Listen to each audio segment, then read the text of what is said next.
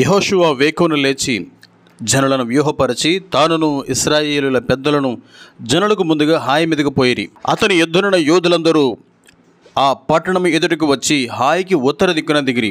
వారికిని హాయికిని మధ్య లోయ ఉండగా అతడు ఇంచుమించు 5,000 మంది మనుషులను నియమించి పట్టణమునకు పడమట వైపున బేతేలుకును హాయికిని మధ్యను పొంచి ఉండటకు ఉంచాను.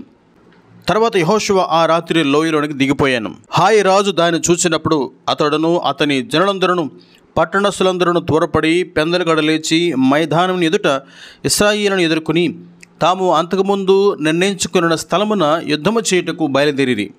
అయితే హాయి రాజును పట్టుకున్నటకై యెహోషువ పట్టణమునకు పడమట దిక్కున సైన్యమును ఉంచిన సంగతి అతడు తెలుసుకునలేదు. యెహోషువయు ఇశ్రాయేలులందరూ వారి ఎదుట నిలవలేక ఓడిపోయిన వారైనట్టు అరణ్య మార్గం తట్టు పారిపోయినప్పుడు ఇశ్రాయేలును తరుముటకై హాయిలోనున్న జనులందరూ కూడుకుని పట్టణమునకు దూరముగా పోయిరి. ఇశ్రాయేలును తరుముటకు పోనివాడొకడును హాయిలోనే గాని బేతులోని గాని మిగిలిండలేదు.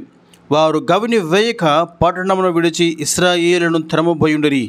అప్పుడు యెహోవా యెహోషువతో ఇట్లనెను, నీవు చేత పట్టుకున్న ఈటెను హాయి వైపుగా చాపుము, పట్టణమును నీ చేతికి అప్పగింతును.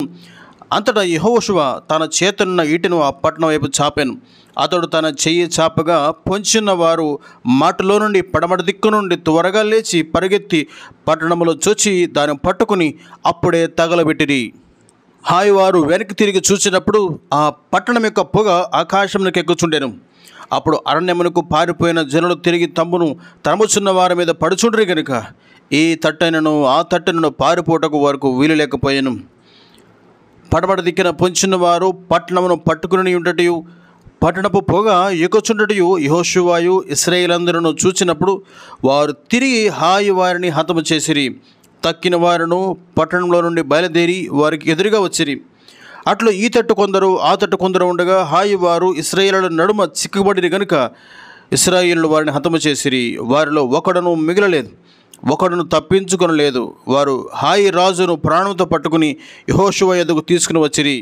బీడులోను పొలములోను హాయి నివాసులను తరిమిన ఇశ్రాయేలీయులు వారిని చంపుట చాలింపుగా కత్తివాత కూలక మిగిలిన వాడొకడును లేకపోయినప్పుడు ఇశ్రాయేలులందరూ హాయి ఎదుగు తిరిగి వచ్చి దానిని కత్తివాత నిర్మూలన చేసిరి. ఆ దినమున పడిన స్త్రీ పురుషులందరూ 12,000 మంది. యెహోషువ హాయి నివాసులందరినీ నిర్మూలన చేయ వరకు ఈటను పట్టుకొని చాచిన తన చేతిని తిరిగి ముడుచుకునలేదు. యెహోవా యెహోషువకు ఆజ్ఞాపించిన మాట చొప్పున ఇశ్రాయేలీయులు ఆ పట్టణంలోని పశువులను సొమ్మును తమ కొరకు కొల్లగా దోచుకునిరి. అట్లా యెహోషువ హాయి నిత్యము పాడైపోవాలని దాన్ని కాల్చివేసను. నేటి వరకు అది అట్లయ్యున్నది. యెహోషువ హాయి రాజును సాయంకాలం వరకు మ్రాను మీద వేలాడదీశాను. ప్రొద్దు గురుకున్నప్పుడు సెలవీగా జనులు వాని శవను మ్రాను మీద నుండి దించి ఆ పురద్వారం ఎదుట దాన్ని పడవేసి దాని మీద పెద్ద రాళ్ళ కుప్ప వేసిరి. అది నేటి వరకు ఉన్నది. యెహోషువ హాయిని పట్టుకున్న సంగతియు అతడు యెరికోను దాని రాజును నిర్మూలన చేసినట్టు హాయిని దాని రాజును నిర్మూలన చేసిన సంగతియు గిబియోను నివాసులు ఇశ్రాయేలుతో సంధి చేసుకుని వారితో కలిసిన సంగతియు యెరూషలేము రాజైన అదోనీసెదకు వినినప్పుడు అతడును అతని జనులను మిగులు భయపడిరి. ఏలనగా గిబియోను గొప్ప పట్టణమై రాజధనులలో ఎంచబడినది. అది హాయి కంటే గొప్పది. అక్కడి జనులందరూ శూరులు. అతడు యెరూషలేము రాజైన అదోనీసెదకు గిబియోనీయులు యెహోషువతోనూ ఇశ్రాయేలుతోనూ సంధి చేసి ఉన్నారు. మీరు నా ఎద్దుకు వచ్చి నాకు సహాయం చేసినడల మనము వారి పట్టణమును నాశనం చేద్దామని హెబ్రోను రాజైన హోహాము నొద్దకును యర్మూతు రాజైన పిరాము నొద్దకును లాకీషు రాజైన యాఫియా యుద్ధకును ఎగ్లోను రాజైన దెబీరు నొద్దకును వర్తమానం పంపాను. కాబట్టి పైన చెప్పబడిన అమోరీయుల 5 రాజులను వారి సేనలను బయలుదేరి గిబియోను ముందర దిగి గిబియోనులతో యుద్ధం చేసిరి. గిబియోనీయులు మన్యములో నివసించు అమోరీయుల రాజులందరూ కూడి మా మీదకు దండెత్తి వచ్చి ఉన్నారు కనుక నీ దాసులను చేయి విడువగా త్వరగా మా ఎద్దుకు వచ్చి మాకు సహాయం చేసి మమ్మల్ని రక్షింపుమని గిల్గాలును దిగుని యెహోషువకు వర్తమానం పంపాను. యెహోషువయు అతని ఎదురున్న యోధులందరూ పరాక్రమము గల శూరులను గిల్గాలును బయలుదేరిరి. అప్పుడు యెహోవా యెహోషువతో వారికి భయపడకము, నీ చేతికి వారిని అప్పగించి ఉన్నాను. వారిలో ఎవడను నీ ఎదుట నిలవడని యెహోషువతో సెలవీగా యెహోషువ గిల్గాలు నుండి ఆ రాత్రి అంతయు నడిచి వారి మీద హఠాత్తుగా పడెను. అప్పుడు యెహోవా ఇశ్రాయేలు ఎదుట వారిని కలవరపరచగా యెహోషువ గిబియోను ఎదుట మహాఘోరంగా వారిని హతము చేసెను. మరియు వారు ఇశ్రాయేలు ఎదుట నుండి బేత్‌హోరోనుకు దిగుపోవు త్రోవను పారిపోవచ్చుండగా వారు అజేకాకు వచ్చు వరకు యెహోవా ఆకాశము నుండి గొప్ప వడగండ్లను వారి మీద పడవేసెను గనుక వారు దాని చేత చనిపోయిరి. ఇశ్రాయేలులు కత్తివాత చంపిన వారి కంటే ఆ వడగండ్ల చేత చచ్చిన వారు ఎక్కువ మంది అయిరి.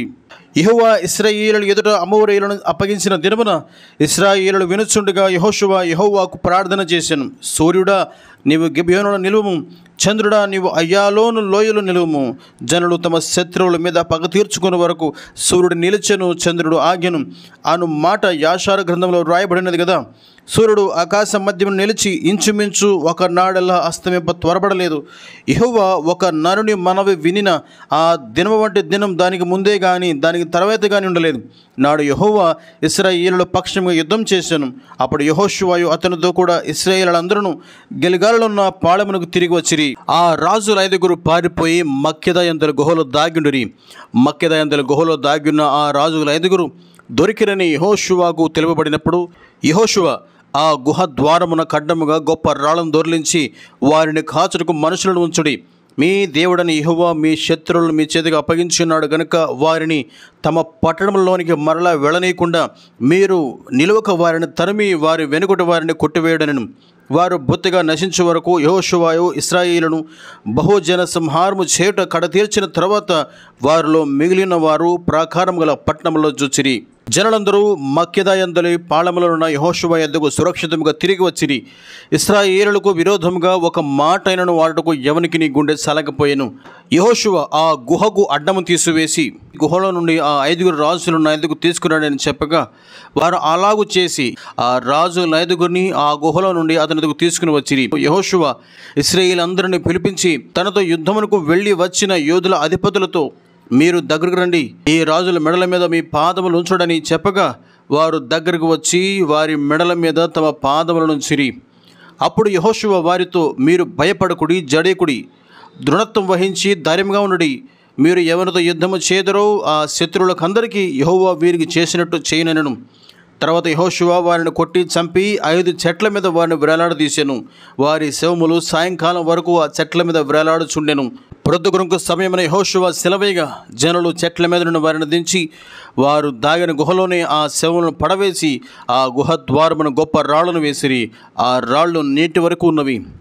ఆ దినమున యెహోషువ మక్కెదాను పట్టుకొని దానిని దాని రాజును కత్తివాతను హతము చేశాను. అతడు వారిని దానిలో ఉన్న వారందరూ నిర్మూలన చేశాను. యెరికో రాజులకు చేసినట్లు మక్కెదా రాజుకును చేశాను. యెహోషువయు అతనితో కూడున్న ఇశ్రాయేలందరూ మక్కెదా నుండి లిబ్నాకు వచ్చి లిబ్నా వారితో యుద్ధం చేసిరి. యెహోవా దానిని దాని రాజును ఇశ్రాయేలులకు అప్పగింపగా వారు నిశ్శేషంగా దానిలో ఉన్న వారందరినీ కత్తివాతను హతము చేసిరి. అతడు యెరికో రాజునకు చేసినట్లు దాని రాజునకు చేశాను. అతడు యెహోషువయు అతనితో కూడా ఇశ్రాయేలందరూ లిబ్నా నుండి లాకీషుకు వచ్చి దాని దగ్గర దిగి లాకీషు వారితో యుద్ధం చేయగా యెహోవా లాకీషును ఇశ్రాయేలుల చేతికి అప్పగించెను. వారు 2వ దినమున దానిని పట్టుకొని తాము లిబ్నాకు చేసినట్లే దానిలో ఉన్న వారందరినీ కత్తివాత హతము చేసిరి. లాకీషుకు సహాయం చేయుటకు గెజరు రాజైన హోరాము రాగా యెహోషువ నిశ్శేషముగా అతని జనులను హతము చేసెను. అప్పుడు యెహోషువయు అతనితో కూడిన ఇశ్రాయేలందరూ లాకీషు నుండి ఎగ్లోనునకు వచ్చి దాని ఎదుట దిగి దాని నివాసులతో యుద్ధం చేసిరి. ఆ దినమున దానిని పట్టుకుని కత్తివాతును వారిని హతము చేసిరి.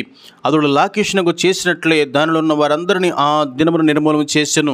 అప్పుడు యెహోషువయు అతనితో కూడా ఇశ్రాయేలులందరూ ఎగ్లోను నుండి హెబ్రోను మీదకి పోయి దాని జనులతో యుద్ధము చేసి దానిని పట్టుకుని దాని రాజును దాని సమస్త పురములను దానిలో ఉన్న వారందరినీ కత్తివాతను హతము చేసిరి.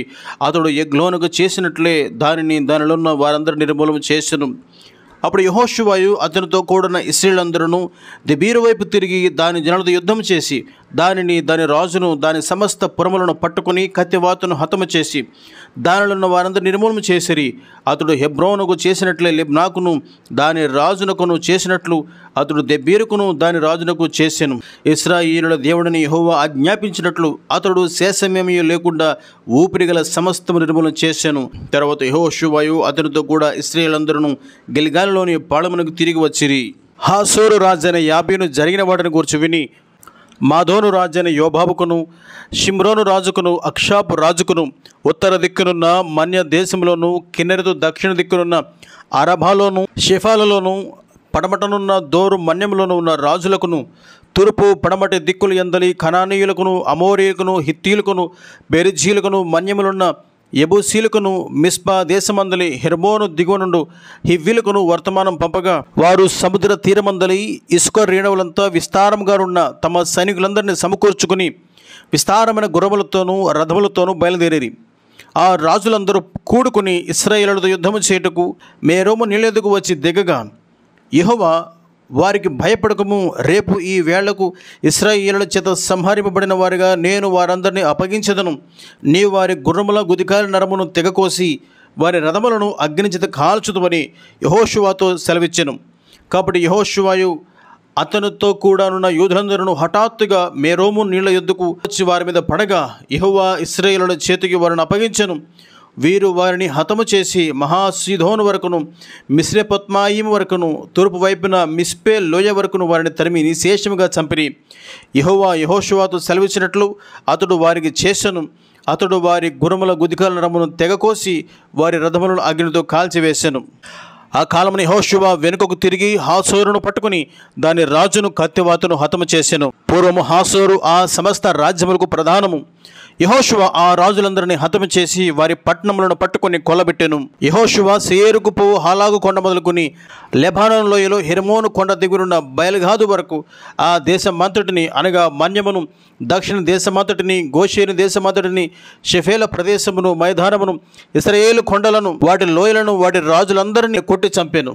బహుదినములు యెహోషువ ఆ రాజులందరితో యుద్ధం చేసెను. గిబియోను నివాసులైన హివ్వీయులుగాక ఇశ్రాయేలులతో సంధి చేసిన పట్టణం మరి ఏదీ లేదు. ఆ పట్టణముని వారు యుద్ధములో పట్టుకునిరి.